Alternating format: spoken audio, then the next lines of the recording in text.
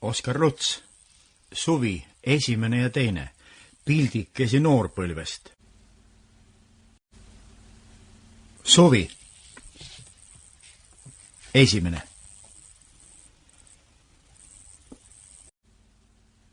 Esimene. Ühel ilusal kevadisel päeval saavad üles omad kirja. Nende poeg Joosep tuleb varsti koju, kuhu ta kauemaks ajaks tahab jääda, et tervist parandada. Kiri on, nagu postitemplist näha, kaua teel olnud. Ka on suur sinine kirjaumbrik teel palju kannatanud, otsegi oleks ta tulles mõne jaama vahe jalgsi pidanud kõmpima. Ülesoo peremees loeb kirja läbi, vaatab veel mõnda kohta siit ja sealt, sügab siis kõrvatagust ja pomiseb viimaks. Kes teab, mis pärast ta siis just nüüd suure töö ajal koha pealt ära tuleb. Ei tea, kas läks tülli või...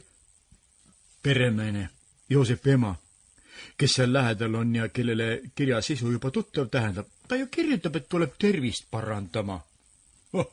Tervist, vastab peremees, tervist. Kuidas see tervist tal siis nüüd järsku nii halvaks läks?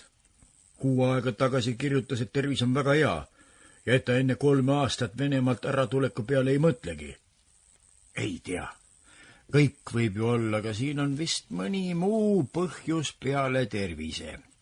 Ma tean endisest ajast, ta on vahel kaunis kärsitu ja kui tal siis vahel mõni tuju pähe tuleb, siis ei jää ta enne rahule, kui selle täide saadab.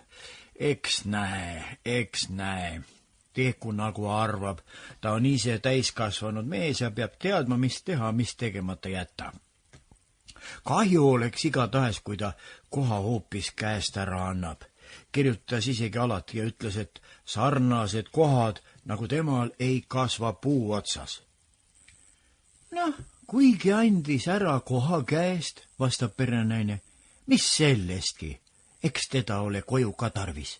Ise jääme iga aastaga vanemaks, näe, vead isegi jalgu järel nagu kootisid, kui vähe vihmasem ilm.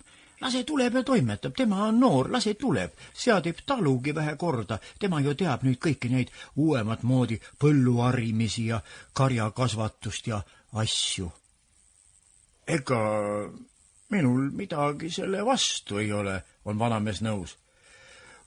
Kuidas ta ka saab talutöö tegija, aga nemad seal Venemaal lähevad kõik niisugusteks suurteks härradeks, kes omaenese käega enam midagi ei taha teha.